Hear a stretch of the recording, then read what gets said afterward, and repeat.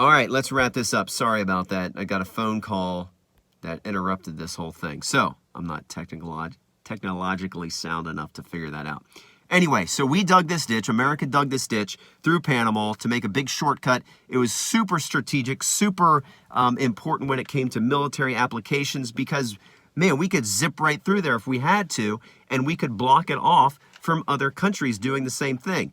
So because we controlled it, because America controlled it, we could charge other countries money. We could charge ships to sail through there, and that's what we did. So we dug and controlled the Panama Canal. Our president had brokered a peace deal between Japan and Russia. We had bought Alaska. We had kind of authored and took care of the open door policy with trade in China. We had won a war with Spain. We had we had put down the Boxer Rebellion. We took control of Philippines for a little while, Puerto Rico, and Guam. And our factories were booming at home. These are all major things. All major things, okay?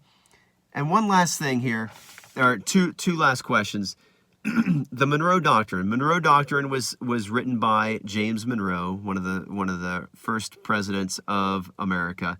And what the Monroe Doctrine said was, Europe, you stay where you are. The Western Hemisphere, this half of the world, we're good. We're going to take care of ourselves. You stay on your half of the world, we'll stay on our half of the world. That's what the Monroe Doctrine was, basically. Europe, you stay to yourselves. This half of the world will govern ourselves. That's it. The Monroe Doctrine. It was named after James Monroe way long time ago. Okay. Teddy Roosevelt, he was a progressive. He was president.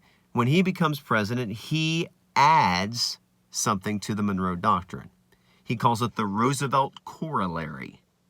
And if you look at the word corollary, it looks a lot like Corolla, like Toyota Corolla. I don't know, maybe there's no Toyota fans in the house, but there it is. Corollary just means like small addition, small change.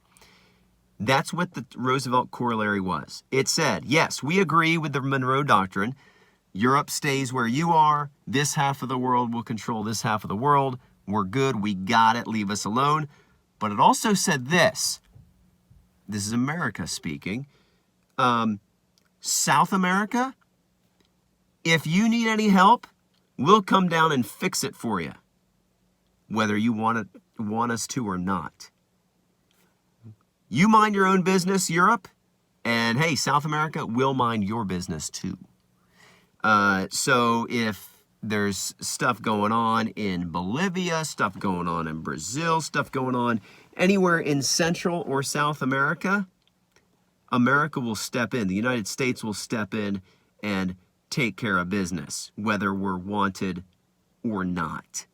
We will be the police officers of South America, Latin America, whether you want us there or not. As you can imagine, that does not make us too many friends in South America, right? Because South America is saying, dude, we got this. Leave us alone. People just want to be left alone, right? Like, that's kind of the moral of the story. Let me end with this. Well, I've already summed it up.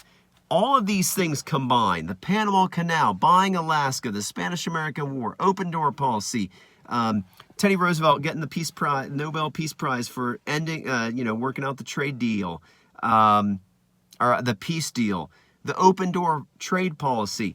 All of these things combine to show, to set, to make America a world power at this time. So during the Gilded Age, crazy stuff is going on back here in America with overcrowding of cities, rat turds and rat bodies being thrown in the meat. You got all this crazy crap going on, but also America is growing in power on the world stage, gaining a favorable balance of trade because we're selling more stuff than we're buying, and our factories are booming, and our military is spreading out.